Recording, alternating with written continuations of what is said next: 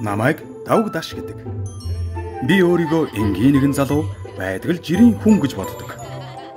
Гэвч эргэн тойрны маань хүмүүс намайг байгуулгын шилдэг ажилтан, дэлхийн топ 3-т орох сайн аав, ханийн дээд хань гэж хардаг. Энэ бүхэн үнэн байж болно. Гэхдээ намайг бүрэн илэрхийлэхгүй. Намайг илэрхийлэх өөр нэг зүйл бий.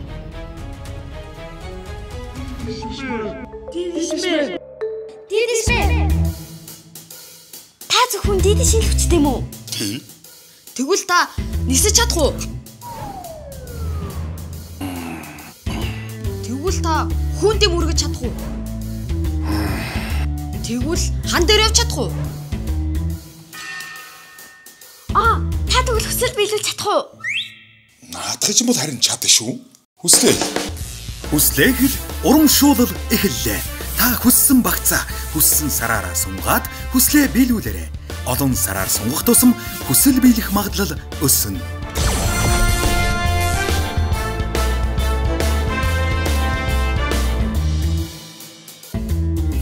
Дидиш